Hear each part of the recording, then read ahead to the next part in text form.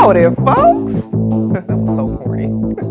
Make your money matter Mondays. Today we're talking about repairing your credit.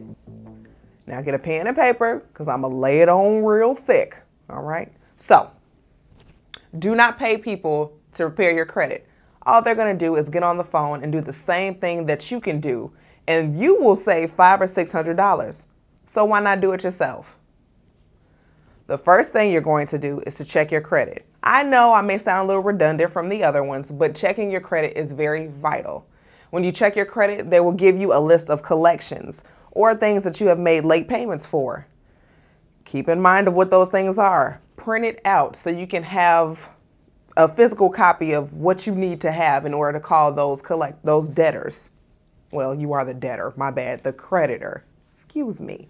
Now, on that credit report, they will also give you the addresses and the phone numbers to the people that you need to contact in order to rectify this situation.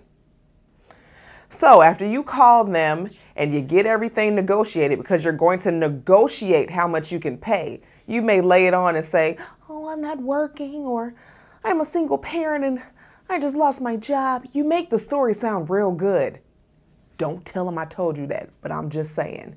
Because by the time that creditor gets that information, they actually buy it from the original person where the bill was due, entity where that bill was coming from. So let's say that you had a hospital bill and LLC creditor debt are us bought it from the hospital. Now the hospital's bill will be like $7,000.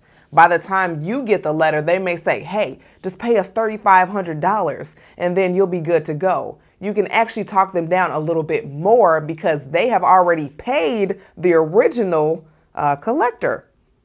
So negotiate your price. You do not have to pay what they're asking for. Not only that, I want you to get a binder so that way you can categorize what collections you have and only do one at a time. If you try to do several, you will be so overwhelmed and get frustrated and just want to push the process to the side. So organize, organize, organize. Okay. Now from there, every transaction that you have with this collector, I want you to request a receipt. They need to mail you or email you a receipt. So make sure it has the physical address, the phone number, and it usually has a signature from either the department at which it came from.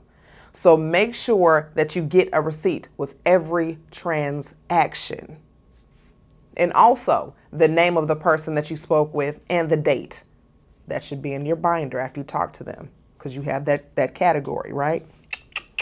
You're getting it. You're getting it. All right. Moving on. When you send your payment, make sure it is in check form. Do not send a money order because they may all of a sudden say, hey, we didn't get a payment from you last month. And you said, well, yes, you did. And, I sent it via blah, blah, blah on this money order. If you go back and try to retrace a money order, it is a lot more difficult than you think.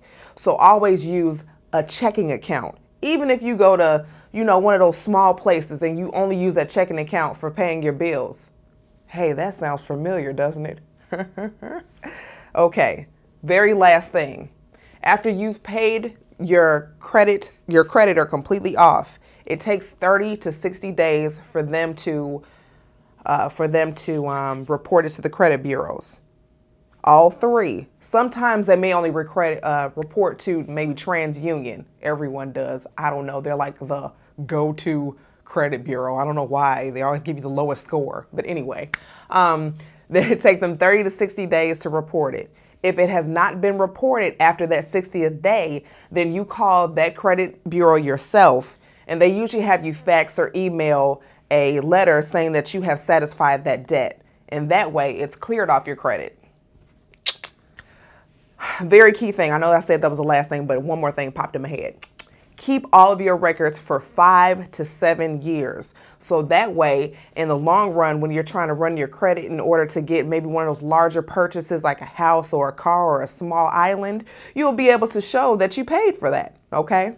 Not only that, the key thing when you're trying to repair your credit is to not run it. Okay, I know funds may be a little low and you may need a Sam's Club card to get you some groceries or something, but you're going to have to go to one of those relatives or a food pantry to get you something to get you along the way so you can go ahead and get that black card. I'm still working on mine, by the way. But yeah, so don't run your credit. Keep a binder. Check the credit bureaus. Sign up for alerts when you are checking your credit, okay? And yeah, that's about it. Hope you got all that. Until next time, join the convo.